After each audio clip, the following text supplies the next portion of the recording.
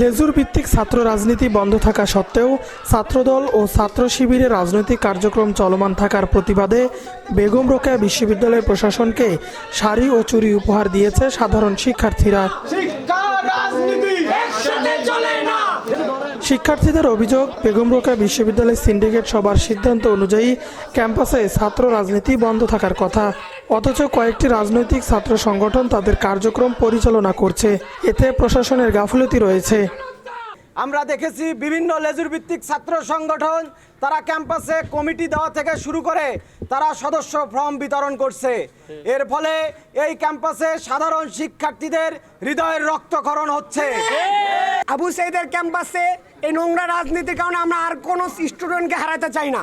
এই জন্য আমরা স্পষ্ট করে বলতে চাই, আবু সাঈদের ক্যাম্পাসে ছাত্র রাজনীতির কোনো স্থান হবে না। এবং আমরা এটা লক্ষ্য করেছি, প্রশাসন আরও তাদেরকে প্রোটোকল দেয়, প্রশাসন তাদেরকে প্রশ্রয় দেয়, জন্য তারা এই ধরনের কার্যক্রম করার সাহস পাচ্ছে। এদিকে বিশ্ববিদ্যালয়ের শিক্ষকদের চেয়ারে শাড়ি ও চুড়ি পরানোর প্রতিবাদে মিছিল করেছে বেগম রোকেয়া বিশ্ববিদ্যালয়ের ছাত্রদল। তারা একটা উদ্দেশ্যপ্রণোদিতভাবে নারীদের শাড়ি এবং চুড়ি নিয়ে তুচ্ছ-তাচ্ছিল্য করেছে, তারা নারী জাতিকে অপমান করেছে। তারা একজন শিক্ষককে, আমাদের সম্মানিত শিক্ষকের চেয়ারে গিয়ে শাড়ি দিয়েছে। আমরা এর প্রতিবাদে আমরা সাধারণ শিক্ষার্থীদেরকে সাথে নিয়ে বেগম রোকেয়া বিশ্বের ছাত্রদল আমরা প্রতিবাদ ও বিক্ষোভ মিছিল কিছুক্ষণ আগে করলাম। তাদের দাবি হচ্ছে, আপনারা যেমনটি বললেন যে তারা ছাত্র রাজনীতি, আমাদের একটি সদস্য ফর্ম বিতরণ অনুষ্ঠান ছিল, তারা এতে প্রতিবাদ করেছে। কিন্তু আমি বলতে চাই, কিছুদিন আগে ছাত্র শিবিরের এখানে 2 সদস্যের কমিটি দিয়েছে, সেটার প্রতিবাদ কেন হলো না এই ক্যাম্পাসে? আমরা বলতে চাই, এখানে তাদের ওই 8 থেকে 10 জন কতিপয় শিক্ষার্থীর মাঝে গণতান্ত্রিক ছাত্র সংসদের মহানগরের সদস্য সচিব অবস্থান করছে। সে কোন দলের? সে কি লেজুর ভিত্তি করে না? তাহলে তার প্রতিবাদ হয় না কেন?